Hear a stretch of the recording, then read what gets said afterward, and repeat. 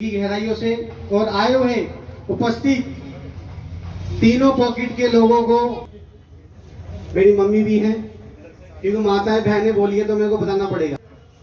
Meeting शुरू होने वाली है और हमारे इन पॉकेटों में अगर किसी को कोई भी समस्या आती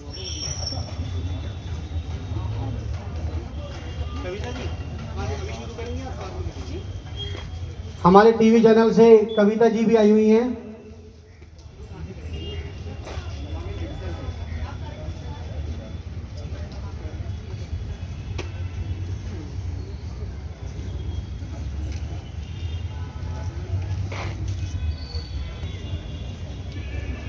और मैं सीनियर सिटीजन के यहाँ पर उपस्थित जितने भी मेंबर्स हैं, मैं इनसे गुजारिश करूँगा कि केवल अपने नाम मुझे पहुँचा दें ताकि मैं दे दिया है।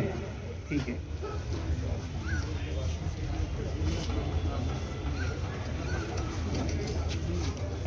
हमारे ओ पॉकेट के जनरल सेक्रेटरी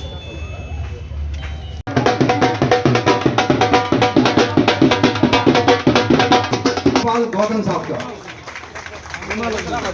स्वागत है, अभिनंदन है।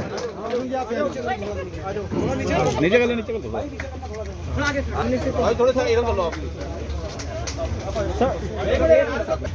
साथियों, तालियां रुकनी नहीं चाहिए, यही तो हमारी परंपरा है, यही हमारा।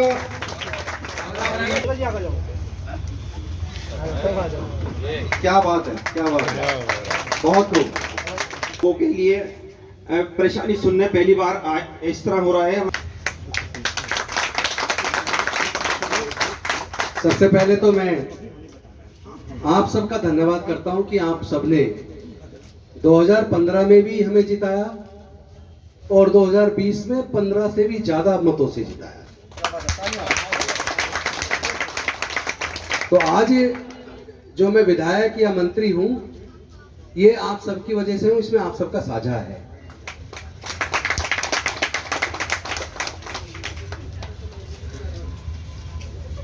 जब हम दोबारा 2020 में जीत कर आए, हमने रिकॉर्ड चेक किया, तो मुझे ये बताते हुए बड़ा हर्ष है और गर्व भी महसूस हो रहा है कि पूरे दिल्ली के चुनाव के रिजल्ट में सीमापुरी विधानसभा एक पहली विधानसभा है। बाकी जगह जीत का अंतर कम हुआ है, लेकिन सीमापुरी विधानसभा में जीत का अंतर बड़ा है। पहले 48,741 वोट से जीते थे, इस बार 56,108 वोट से जीता। और ये सब इसलिए संभव हो पाया क्योंकि आप सबने बढ़ चढ़कर अपना प्यार, अपना सहयोग, अपना वोट सब कुछ हमें दिया, यानी कि आप हम पे भरोसा करते हैं। जैसे ही चुनाव हुए, तुरंत नॉर्थ ईस्ट डिस्ट्रिक्ट में दंगे हुए। से इधर जितनी भी विधानसभाएं हैं, लगभग हर विधानसभा में उन दंगों का प्रभाव पड़ा, कोई ज्यादा कोई कम, लेकिन हर विधानसभा में दंगे हुए, उनका असर हुआ। और मैं अपने क्षेत्र की जनता को इस बात के लिए धन्यवाद करता हूं, चाहे किसी ने कितनी भड़काने की कोशिश की हो, लेकिन जीटी रोड से इधर की विधानसभा में सब में दंगे हुए, असर हुआ। और हमारी सीमापुरी विधानसभा अकेली ऐसी है जिसमें आपने आपस में तालमेल, प्यार, मोहब्बत का एक ऐसा नमूना पेश किया। दंगाइयों ने सारी कोशिश की, लेकिन सीमापुरी विधानसभा में दंगे नहीं हो पाए, आपने होने नहीं दिया, दंगाइयों को कामयाब नहीं होने दिया। इसके लिए मैं आप सबका। उसके तुरंत बाद लॉकडाउन हुआ और लॉकडाउन फिर दोबारा भी हुआ। उस स्कीम को नाम दिया मुख्यमंत्री कोविड-19 परिवार आर्थिक सहायता योजना, जिसमें एक व्यक्ति के डेथ पर 50,000 रुपया तो एक्स ग्रेसिया सहायता राशि, प्लस उसके साथ साथ अगर माँ बाप दोनों चले गए तो जितने भी बच्चे हैं, 2 या 3 जितने भी हैं, उन सब बच्चों को 25 साल की उम्र तक 2,500 रुपया पेंशन। अगर 2 बच्चे हैं तो 5,000, 3 बच्चे हैं तो 7,500 ये दी जाएगी। और जिसमें अगर माता जी जिंदा बची है, पिताजी चले गए, तो 50,000 एक्स ग्रेसिया से अलग विडो पेंशन 2,500 रुपया, प्लस आर्थिक सहायता योजना के तहत 2,500 और 5,000 रुपया महीना की पेंशन उनके लिए भी सरकार दे रही है। सरकार जो कर सकती है कर रही है। लोगों के रोजगार गए, काम धंधे बंद हुए। जो लोग फैक्ट्रियों में काम करते हैं उनके साल साल तक वो घर बैठे रहे। स्कूलों के माध्यम से खाना वितरण का काम चलाया। जो सरकार कर सकती थी किया। जिम्मेदारी बनते, मेरा दायित्व बनता है, क्योंकि जब लोग कोई वोट देते हैं तो अपने चुने हुए प्रतिनिधि से कुछ उम्मीद भी रखते हैं। तो मैं उस उम्मीद पर उतरने की पूरी कोशिश, खरा उतरने की पूरी कोशिश करूंगा। और पहले भी मैंने कोशिश की है। आप में से ज्यादातर लोग जानते हैं मैं बीड़ी, सिगरेट, शराब, बियर, बिस्की, पान, तंबाकू, गुटखा ऐसी कोई चीज मैं इस्तेमाल नहीं करता हूं। और मैं ये जो दलाली और ये जो होती है ना, दिल्ली में सरकारी स्कूलों पे लोगों का भरोसा बढ़ा है, सुधरी है, लेकिन अभी सब कुछ नहीं हो गया, बहुत कुछ सुधारना बाकी है। जो पार्क ठीक है, उसके लिए क्या रूल एंड रेगुलेशन होने चाहिए? एक पार्क तो वो है जो दिल्ली नगर निगम के अधीन आते हैं, खासतौर पर OPQ पॉकेट, जिसमें के अंदर ये मीटिंग है। और जो बड़े पार्क हैं वो DDA के अधीन आते हैं। छोटे पार्कों को मेंटेन करने की जिम्मेदारी MCD की है, यानी जो निगम पार्षद जी के अधीन आते हैं। और बड़े पार्क जो है ये आते हैं DDA के अंडर, जिसको काम करने की जिम्मेदारी DDA की है। अब आप अगर ये बताएं आपको इसमें क्या समाधान चाहते हैं, तो मैं फिर उसका सही तरीके से जवाब देने की कोशिश करूंगा। बहुत धन्यवाद। Good evening, sir. My name is Vishal Kohli, and I am 2 Pocket resident. My flat number is Q27, and my concern for you is regarding our compound renovation. Because as I remember, जब मैं 4 से 5 साल का था तभी हमारा compound बना था, और तब से लेके आज तक कभी इस पे काम नहीं हुआ है। एक बार अपना कंपाउंड का वो अपना एड्रेस बताइए दोबारा। Q27 Q27 नोट कर लीजिए, Q27 Vishal Kohli. and Adul और कंपाउंड की समस्या लिख लीजिए, compound. And sir one more concern I have, अगर इसके साथ साथ हमारे वाटर हार्वेस्टिंग भी करा जाए, कि जो बारिश का पानी क्योंकि कंपाउंड में बहुत ज़्यादा रुक जाता है और वो सारा हमारे घरों में आता है। I am also living in ground floor, तो सारा घरों में आता है। तो अगर उसके साथ अगर नीचे एक पाइप डलवा दिया जाए और वो सारा पानी हमारे पार्क में जाए, दिक्कत ऐसा हो रखा है ब्लॉक में, मैंने देखा है। That's why I am giving advice to you. So thank you, that's all from my side. Thank you. कि ये वाटर हार्वेस्टिंग, चूंकि वाटर हार्वेस्टिंग जितने भी जगह बनी है, फॉर योर काइंड इंफॉर्मेशन, वो उसकी मेंटेनेंस नहीं होती, वो बंद पड़े हैं। जबकि होना ये चाहिए उसकी रेगुलर मेंटेनेंस हो। दूसरा, ये वहां संभव है जब पूरे क्षेत्र का पानी इकट्ठा एक जगह आ जाए और वहां वाटर हार्वेस्टिंग करवा दी जाए, वो पानी फिर नीचे जमीन में जाए, नाले में ना जाए। इसको एक बार चेक करा लेते हैं। लेकिन दूसरा, आपका कंपाउंड का काम भी जल्दी करवाया जाएगा। मेरा नाम त्रिवेणी है। मेरा पानी का बिल बहुत ज्यादा आया। पानी के बिल की कॉपी तुरंत फोटोकॉपी दीजिए अभी। फोटोकॉपी करा। एड्रेस बताइए अपना address. A1 D pocket, R pocket सब में काम करवाया है, सब में कंपाउंड का भी काम हुआ है। लेकिन अभी एक बार में सारे कंपाउंड, जितना बजट सरकार के पास नहीं होता कि पूरे दिल्ली के सारे कंपाउंड एक साथ हो जाए, पर इस बार आपके जो कंपाउंड रह गए, जो कंपाउंड छूट गए हैं, उनको इस बार बनवाया जाएगा। साथ में नवाबी डिजिटल चैनल के साथ में राजेंद्र पाल गौतम जी हैं, जो कि सीमापुरी में आए हैं, दिलशाद गार्डन में। इन्हीं से बात कर लेते हैं। सर, आपका विधायक आपके द्वार क्या मेजर समस्याएं सामने आई और कैसे समाधान किया गया? क्षेत्र में ज़्यादा समस्याएं नहीं है जी, क्योंकि यहाँ के रोड्स हम लोग लगभग सारे बनवा चुके हैं OPQ पॉकेट में। जी, और यहाँ बहुत सारे बेड़ों में भी बनवाया, लेकिन कुछ समस्या है कि बेड़े कुछ अभी रह गए, जी, क्योंकि एक बार में पूरी विधानसभा का काम नहीं हो सकता।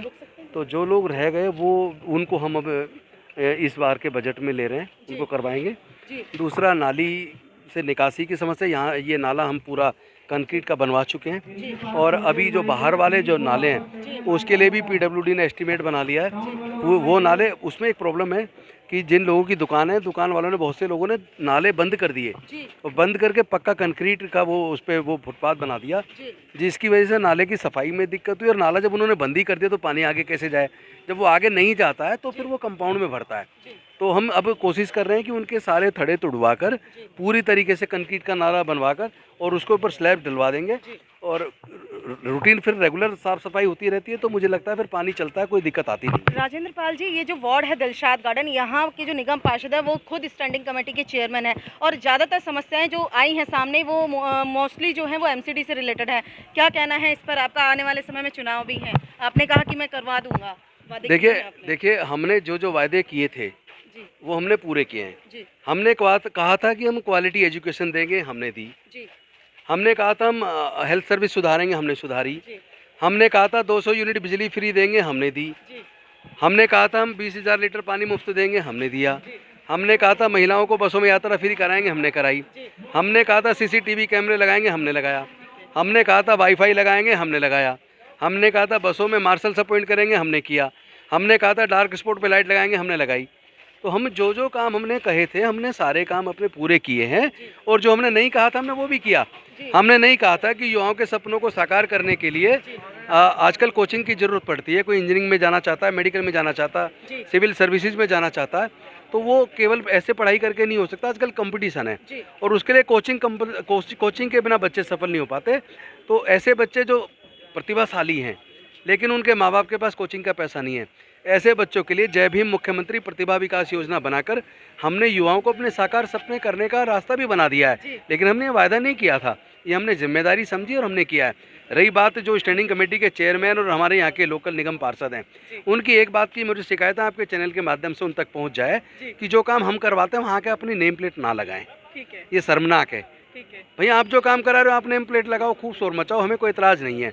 हम आपके किसी किए हुए काम पे जाते नहीं है। पहले तो आपने कोई काम किया नहीं है, फिर भी आपने कोई अगर एक आध काम किया भी हो तो आज तक हमने जाके वहाँ अपनी नेम प्लेट नहीं लगाई होगी। लेकिन हमने हाई मास्ट लगाई, आपने हमारे हाई मास्ट लाइट पे से नाम की प्लेट तोड़वा दी, और वहाँ ये आके फ़ोटो खिंचवा के डाल रहे हो कि भी आपने लगवाई है। ये शर्मनाक है। सबको पता है किसके फंड से कौन सा काम हो रहा है, ऐसा नहीं करना चाहिए। अभी जो बेंच डल रही है, बेंच बनी है, बेंच में भी कुछ लोग आए थे किसी पॉकेट के, वो RWA के, वो कह रहे थे ये आपकी बेंच पे से वो अपना नाम लिखवाना चाह रहे थे, हमने रुकवाया। तो ये अच्छी बात नहीं है। जो जिसके फंड से, जिसके प्रयास से काम होता है वो उसका नाम लिखा जाता है। आप जबरदस्ती अपना नाम ना लिखवाएं तो अच्छा होगा। सर, निगम चुनाव सामने है, दिलशाद गार्डन की भी तैयारी पूरी इस बार वार्ड 35 भी जीतेंगे। 4 वार्ड हैं, चारों के चारों जीतेंगे, क्योंकि जनता का समर्थन आम आदमी पार्टी के काम की वजह से हमें मिल रहा है।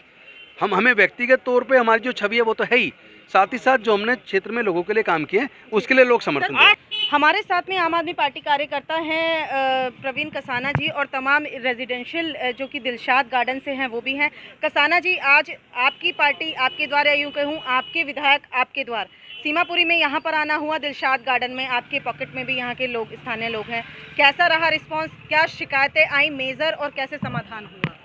देखो, पहली बात तो हम अपने विधायक जी का बहुत धन्यवाद करते हैं, क्योंकि वो हमारे लोगों के बीच आए, लोगों को उनके बीच नहीं जाना पड़ा। सबसे महत्वपूर्ण बात ये होती है, विधायक होने के बाद भी हमारे बीच में वो हैं, और हमारी वो समस्या हैं जो हमारे पॉकेटों की जो समस्या है, जैसे पेंशन हो गई और विडो पेंशन हो गई, और जो कोरोना काल में जो डेथ हो गई थी जिन उनकी, उनको 50,000 रुपये जो दिल्ली सरकार अपनी तरफ से दे रही हैं। कोई हमारे रोड, कोई पार्क, कोई नाली जो दिल्ली सरकार के अधीन आती है, वो समस्या उन्होंने लोगों की सुनी, और उन्होंने पूरा विश्वास जो दिलाया है कि वो उन कामों पे 100% खरे उतरेंगे। तो हम उनकी सराहनीय करते हैं और धन्यवाद करते हैं। बहुत बहुत उनका धन्यवाद है आज, और हम तहे दिल से उनका जो है, हमने अपने यहाँ, हमारे यहाँ उनका स्वागत किया। हमने पूरी हमारी जितनी भी RWA अध्यक्ष थे सब मौजूद थे, पूरे हमारे O pocket, P pocket, Q pocket के जो लोग, जो निवासी थे, सब ने अपनी अपनी समस्याएं बताई। उन्होंने बाकायदे उनका एक एक बात का उन्होंने एक जवाब दिया। बहुत उनकी सराहनीय वाली बात है, और हम उनका धन्यवाद करते हैं। आगे भी हमारे बीच वो ऐसे ही आते रहें। ठीक है सर, भी हमारे साथ में 2 शब्दों में पूछूंगी सर, कैसा रहा कार्यक्रम और क्या मिला रिस्पांस विधायक जी से? अभी तक का जो एक परिप्रेक्ष्य रहा है या जो परंपरा रही है, वो शिकायतकर्ता नेताओं के पीछे भागा है, और ये पिछले विगत 2-3 सालों में हमने देखा है कि इन्होंने परंपरा को चेंज किया है और पब्लिक के बीच स्वयं पहुँचे हैं। ठीक है, ये सबसे बड़ी रेमेडी है पब्लिक के लिए। एक ही साथ बैठ करके एक मंच से उन्होंने सारी बातें सुनी हैं। कुछ ऐसी समस्याएं थी जो उनके जुरिस्डिक्शन में नहीं आती, दिल्ली सरकार के अधीन नहीं आती, बावजूद इसके भी उन्होंने कहा है कि अपने मंत्रालय को संबद्ध करते हुए रिस्पेक्टिव विभागों को वो प्रेषित करेंगे। ठीक है। दिलशाद गार्डन में तो आपकी विधायक आपके द्वार के द्वारा यहाँ पर खुद विधायक आए, राजेंद्र पाल गौतम, और जनता की समस्या सुनी, आपके सामने सारी हमने प्रस्तुत की है। साथ ही आने वाले टाइम में, क्योंकि इलेक्शंस हैं, और भी सारी चीज़ें आपके सामने हम लाएंगे। लगातार नमामि डिजिटल चैनल को आप सब्सक्राइब करें और शेयर भी करें।